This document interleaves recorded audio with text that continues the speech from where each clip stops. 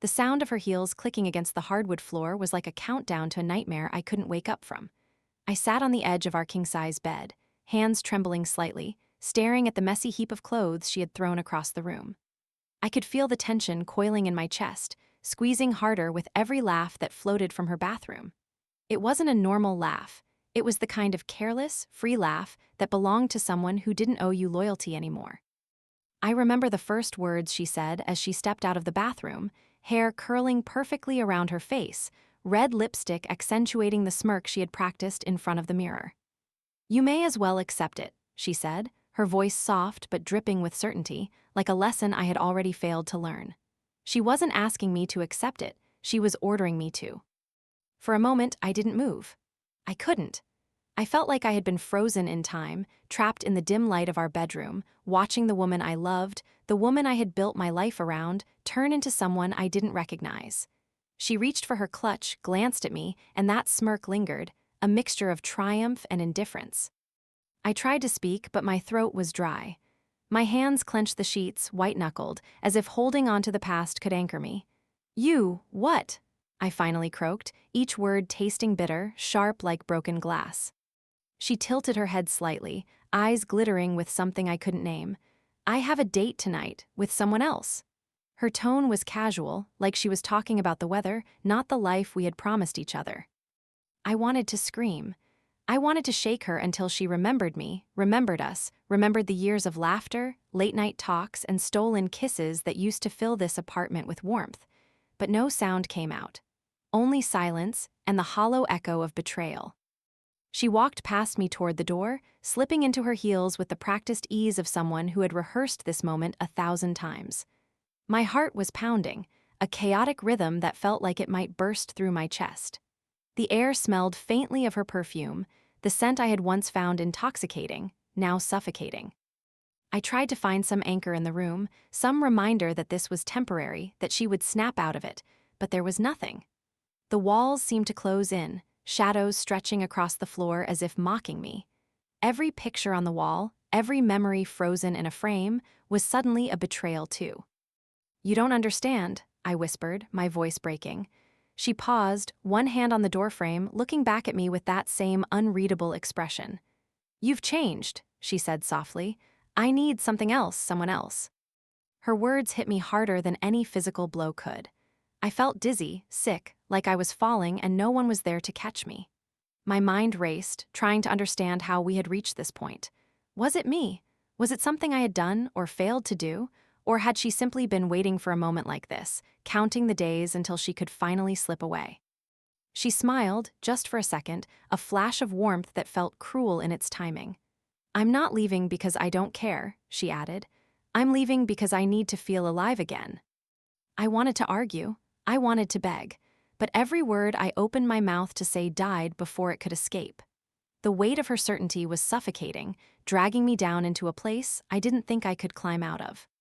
She adjusted her jacket, the leather catching the light from the bedside lamp, and I realized then how real this was. This wasn't a fight we could have. This wasn't a misunderstanding or a mistake. She had chosen, and I had to watch. "Are you okay with this?" she asked, her voice quieter now, almost hesitant.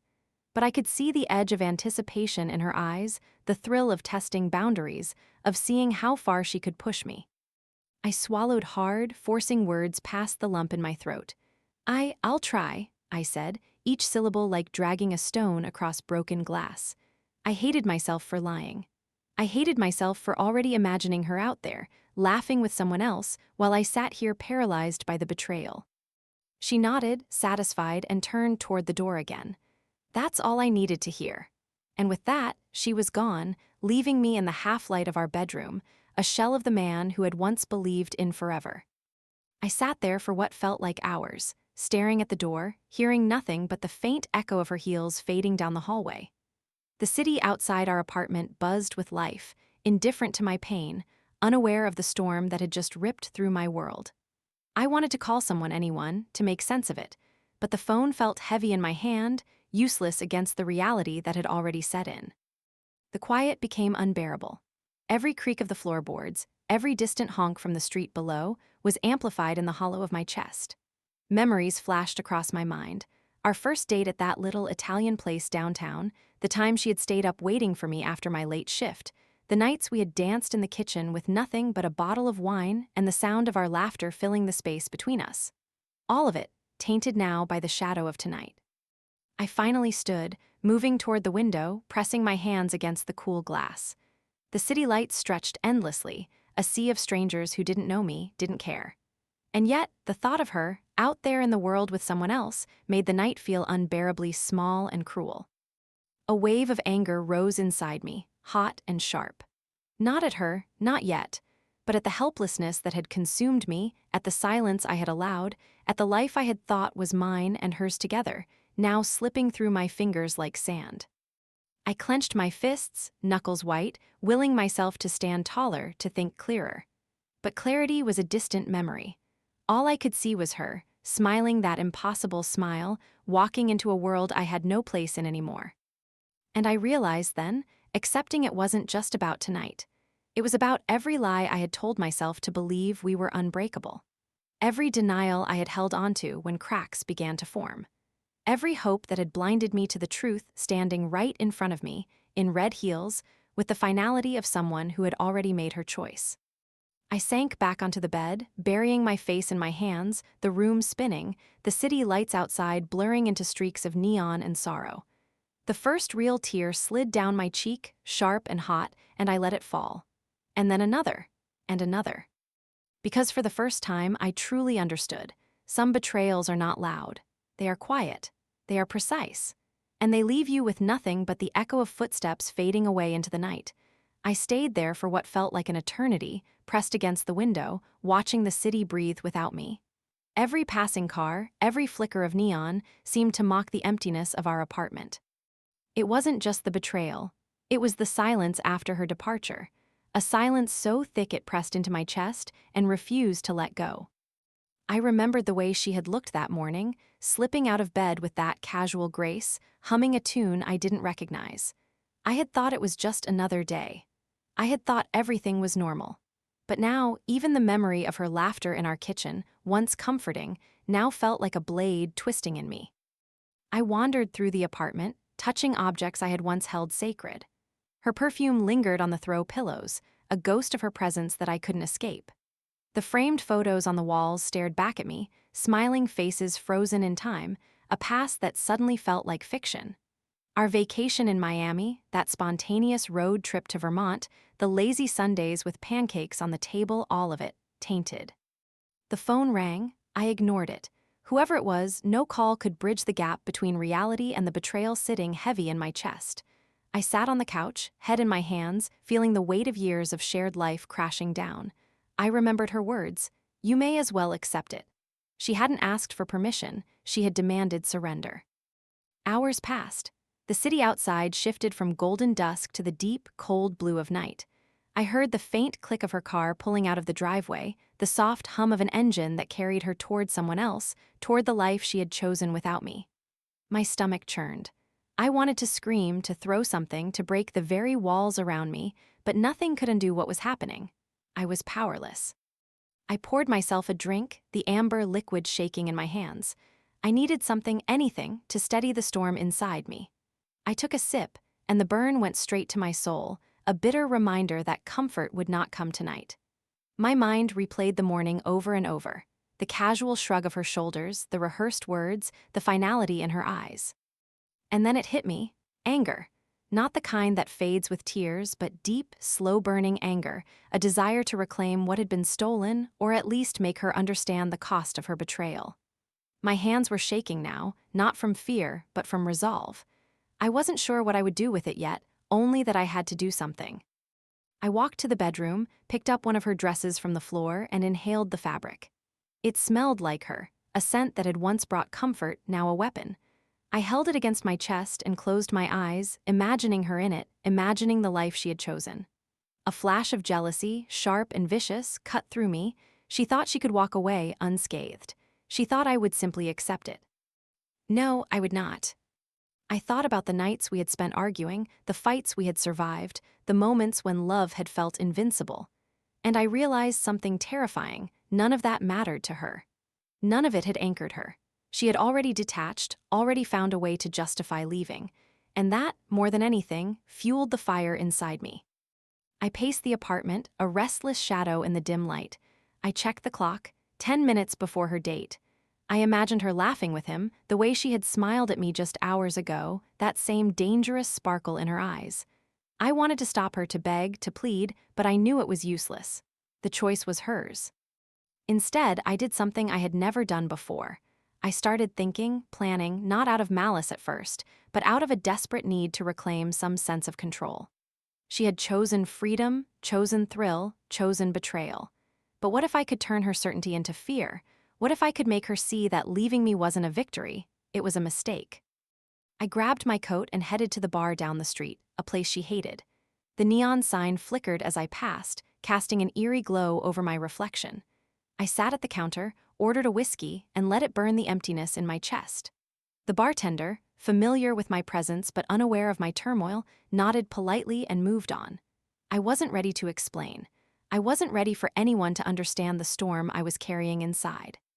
My phone buzzed again, a message from her: "Don't wait up, have fun with yourself." I stared at it for a long moment. Fun, that's what she called betrayal. Fun.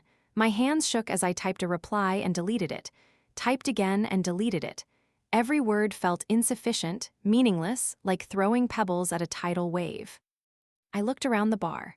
Couples laughed, friends clinked glasses, and life continued without pause, as if my world hadn't just shattered. The injustice of it stung. She had left me behind, not in anger, not in haste, but with a smile, with calm deliberation. And that's when I understood the depth of what she had done. She had broken me quietly, thoroughly, leaving me to navigate the ruins alone. I finished my drink and stepped outside into the chill of the night. The city felt different, hostile even. The streetlights stretched long shadows across the pavement, mirroring the darkness I felt inside. I lit a cigarette, the smoke curling up like tendrils of memory, smoke and sorrow entwined. And then, as I exhaled, I made a silent promise. I would survive this. Not for her, not for him, but for me. And if the world had made her feel untouchable, if she thought she could walk away unscathed, she would soon learn that nothing is without consequence. I walked home slowly, each step deliberate, absorbing the cold air, letting it sharpen my mind, focus my thoughts. I entered our apartment again, now empty and echoing, and sat in the dark.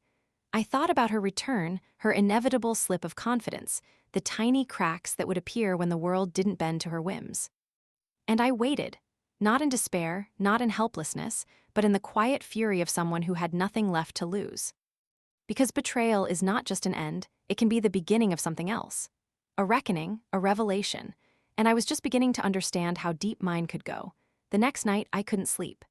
Every time I closed my eyes, I saw her face, the curve of her lips as she smiled, that same infuriating, confident smile, the glint of excitement in her eyes. I imagined the way he must be looking at her, the laughter they shared, the touches that had once belonged to me. I hated myself for it, hated that I still craved even the smallest detail of her attention.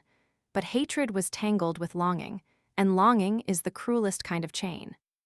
I decided to follow her. Not out of obsession, though that was part of it, but out of necessity. I needed to see, to understand what she had chosen, to watch her in the world I had helped her navigate. It was dangerous, yes, and foolish. But fear had been replaced by something far sharper, a simmering need to witness her unravel, even if only in the smallest ways. I parked a few blocks away from the restaurant she had mentioned casually over text. The neon sign glowed, warm against the cold March air, casting a yellow haze across the street. I watched through the tinted window of my car, every muscle in my body taut with anticipation. She arrived, her hair perfectly styled, the red dress clinging to her in the way I had memorized. He opened the door for her, charming, polite, unaware of the storm he had walked into. She laughed, that same carefree laugh I used to think was mine alone. My chest tightened, but I didn't look away. I needed every detail etched into memory. They walked inside, and I stayed hidden, heart-hammering. I could hear the faint strains of music through the walls, the clinking of glasses, the hum of conversation. I imagined her leaning forward, her hand brushing his, the words she whispered. My stomach turned, a mix of anger and grief. Hours passed. I remained in the shadows unnoticed. And then I saw it, subtle, almost invisible. A flicker in her expression, the twitch of a brow, the pause in her laughter. It was small, fleeting, but it was there. She wasn't fully present. She was performing, wearing the mask of excitement while a part of her lingered elsewhere, perhaps thinking of me, perhaps regretting the ease with which she had thrown our life away. The realization hit me harder than anything. Betrayal had many faces, but denial, even in victory, left cracks. And I would wait for those cracks. I didn't need to act tonight, not yet. The slow burn was more powerful than a sudden explosion. I drove home with the city lights streaming past, blurring into streaks of gold and red. Every turn, every stoplight reminded me that she was out there, living a moment she had chosen over us. But I also reminded myself, she hadn't won entirely. Not yet. The apartment was silent when I returned. I lit a single lamp in the living room and sat, notebook in hand, jotting down every detail I remembered. Her words, her gestures, the way she had carried herself tonight. I was building a map, not of vengeance yet, not of anger, but of understanding. Knowledge is power, and I intended to wield it carefully. The next few days were a torment of observation and restraint. I watched her social media subtly, noting the people she interacted with, the times she went out, the places she chose. Each post, each photo was a breadcrumb trail I could follow. I didn't comment. I didn't like. I simply watched. I also watched myself. I hadn't cried as much as that first night, but the emptiness hadn't left. I walked the streets at night, ran the parks early in the morning, filled my apartment with work and purpose. But always in the back of my mind was the image of her. The betrayal wasn't just in the act, it was in her calm certainty, the way she had believed she could do this and still be untouchable. One evening, she returned earlier than expected. I was sitting in the dark living room, the faint glow of the city bleeding through the blinds. She stepped inside, brushing off her coat, hair slightly mussed from the night air. I didn't rise, didn't speak. I simply watched. "You're quiet," she said, noticing me for the first time. Her eyes scanned the apartment, curious, cautious. "You didn't wait for me." I shook my head slowly. I didn't see the point. My voice was calm, measured, betraying none of the storm inside. She laughed softly, a hint of nervousness there now. "You're different tonight." "Maybe I am," I said. "Maybe I've realized a few things about choices, consequences, and the people who make them." Her brow furrowed slightly, but she said nothing. She hung her coat and moved toward the kitchen, opening the fridge with habitual ease, as if she still belonged here.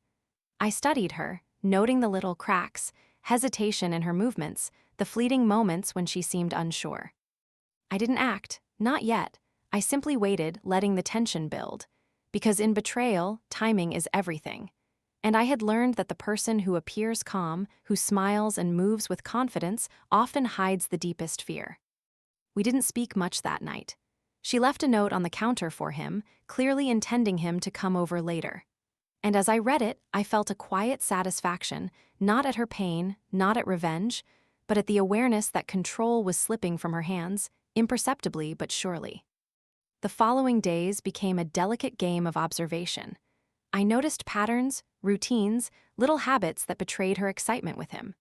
A text sent too late at night, a smile that lingered longer than usual at a phone screen, a pause in conversation when I entered a room. Every detail was a piece of the puzzle I was assembling. And yet, amidst the planning, I couldn't ignore the undercurrent of grief. Betrayal leaves scars not just on the heart, but on the soul.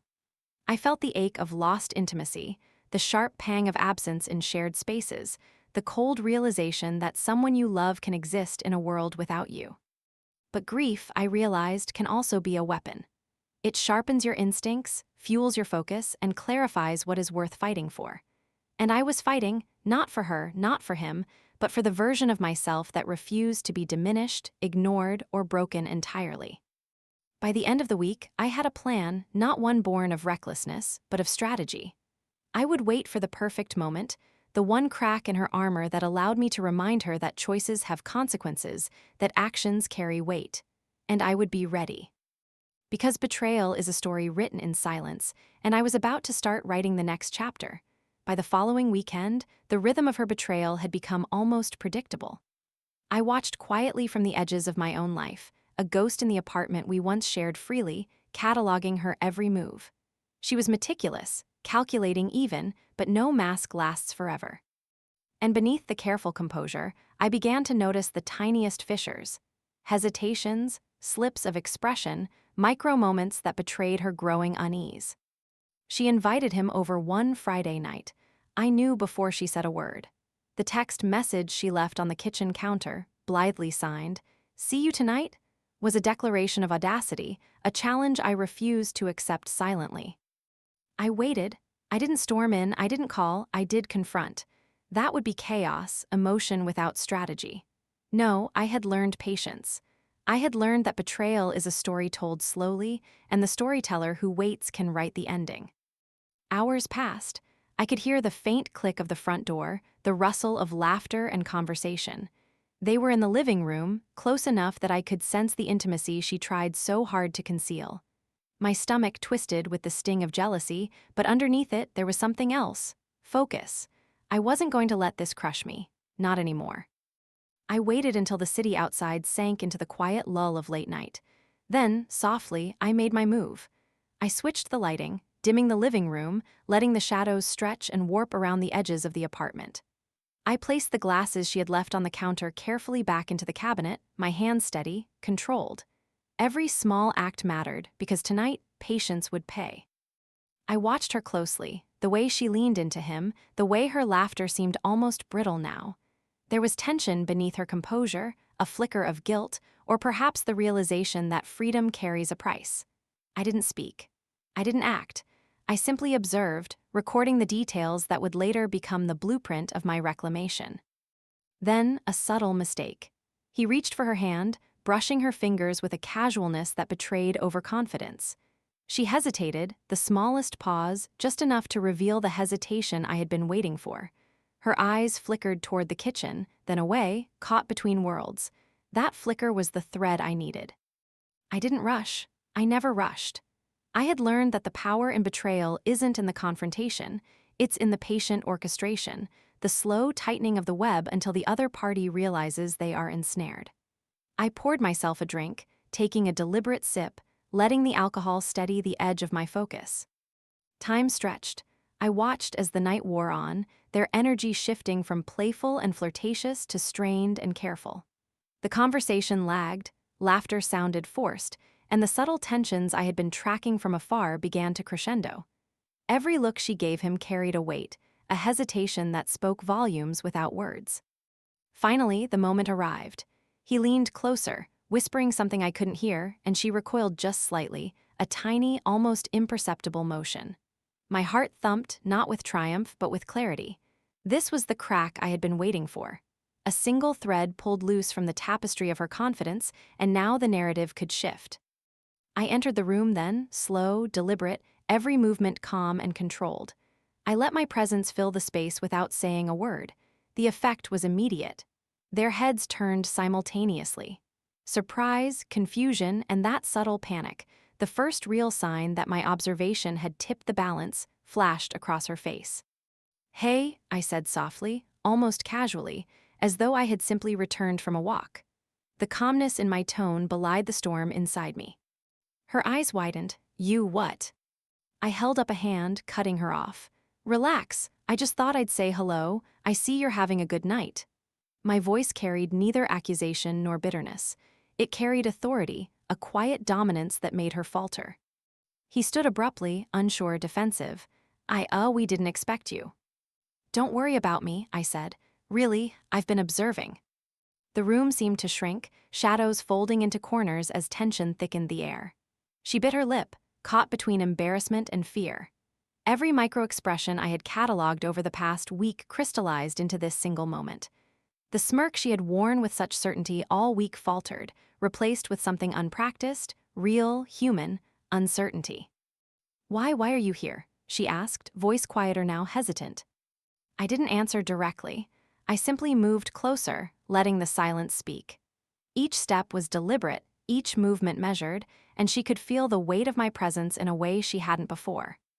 "You've been busy," I said finally, voice calm but edged with tension. "Planning your little adventures, mapping your nights, assuming everything would go unnoticed. Interesting choice." Her face paled slightly. I could see the internal calculation, the rapid-fire thoughts racing behind her eyes. For the first time since this began, I saw vulnerability, not the dramatic kind she flaunted for him, but real, raw uncertainty. I didn't raise my voice, I didn't accuse. I simply stood there, calm, patient, the observer who had become the master of the narrative. And in that stillness, the power shifted. "You think this is a game," she whispered finally, almost to herself. "Not a game," I said, voice steady. "A story, and you, my dear, have been writing the wrong ending. But endings can be rewritten." She looked at me then, truly looked, the bravado fading, replaced by recognition of what had been overlooked. Me. Not as a victim, not as a fool, but as someone who had waited, watched, and learned. Someone who had seen her every move, anticipated her every action, and who now held the quiet leverage she hadn't considered. The air between us shifted palpably. He shifted too, the tension making him hyper-aware, uncertain, a stranger intruding on a fractured world he had only glimpsed from the surface. He was polite, but unsure. And that uncertainty only amplified the effect of my presence, of my calm assertion, of the slow burn I had cultivated. I didn't need to speak more. The message was clear. Betrayal carries a cost, and the cost had just begun to reveal itself. And as I stood there, watching her realize the implications of my silence, I understood a truth I had come to embrace over these past weeks. Revenge, like heartbreak, is most powerful when it's patient, deliberate, and unstoppable. The room was quiet, but the silence screamed. She stood frozen, the bravado she had worn like armor for weeks now crumpled at my feet. He backed away, realizing with dawning horror that he had walked into something far deeper than flirtation or casual intimacy. He had stepped into a storm he couldn't contain, one I had nurtured carefully, patiently, in the shadows. You've been following me," she whispered, voice trembling. I shook my head slowly, letting the weight of my gaze settle over her. Not following, observing, learning, understanding, and waiting. Her eyes darted to him, panic rising. I didn't. "No," I interrupted gently, yet with an edge that made the air in the room feel heavy, dangerous. "You didn't. You thought you could walk away, act freely, and nothing would touch you. You thought betrayal was easy. That's the mistake you've made." Her lips trembled, and I could see the first real cracks of fear beginning to form. I didn't need to yell, didn't need to threaten. The tension itself carried the weight of every emotion I had felt since that morning she declared, "You may as well accept it." "You think this is some game," she said finally, voice brittle, almost unrecognizable. "Not a game," I said softly, stepping closer. "A story, and every story has consequences. You've written yours carelessly, assuming you could escape the ending." The realization hit her like a punch. Her shoulders slumped slightly, the confidence she had wielded so effortlessly now hollowed out. She tried to speak again, but no words came. I could see the whirlwind inside her, guilt, panic, fear, and the faintest flicker of something she hadn't anticipated, respect. I turned my gaze briefly to him, who now understood he was nothing but a prop in this narrative, an intruder into a world far more complicated than he imagined. His casual demeanor vanished, replaced by awareness that he had walked into something he couldn't control. I focused back on her. "Do you understand?" I asked softly, almost gently. "You thought you could have freedom, pleasure, excitement without facing the consequences of what you left behind. You thought I would crumble silently. But I didn't. I waited. I watched. And now you are faced with the truth of your choices." Tears welled in her eyes. For the first time in weeks, the bravado was gone. Her mouth opened, closed, and opened again, searching for words that would mend what had been broken. There were none that could. She whispered finally. I didn't think." "You didn't think," I repeated softly, letting the phrase hang. "And that's what brought us here." I stepped closer, but not with aggression. My presence alone was enough. She flinched slightly at the weight in my gaze, the power that had grown from weeks of restraint, from watching, learning, and preparing. "I loved you," I said finally, voice quiet but unshakable. "Every day, every hour, and yet you chose this betrayal as if it carried no cost. You assumed the world would bend to your whims. You assumed I would accept it. You assumed wrong." The tears ran freely now, streaking her face. The carefully curated mask of confidence had completely dissolved. She clutched at her dress, twisting the fabric in her hands as though grounding herself, yet failing. I, she stammered, desperate. I let silence answer her. Silence has power. Silence lets the weight of guilt and realization settle in ways words cannot, and slowly, painfully, it did. Her eyes flicked to me, searching, pleading. But by now, pleading held no sway. The control she had wielded was gone. I could see the panic beneath the surface, the understanding that freedom taken at the expense of trust carries consequences that cannot be ignored. You may as well accept it, she whispered again, the words she had used to wound me now coming back to haunt her. I do accept it, I said calmly, but not the way you imagined. Her eyes widened. What do you mean? I leaned back, allowing the weight of my next words to settle slowly. I accept that this chapter of us is over. I accept that you made a choice. But I also accept the lesson you are about to learn. Betrayal leaves scars, and some of them aren't visible until the moment you finally realize what you've lost.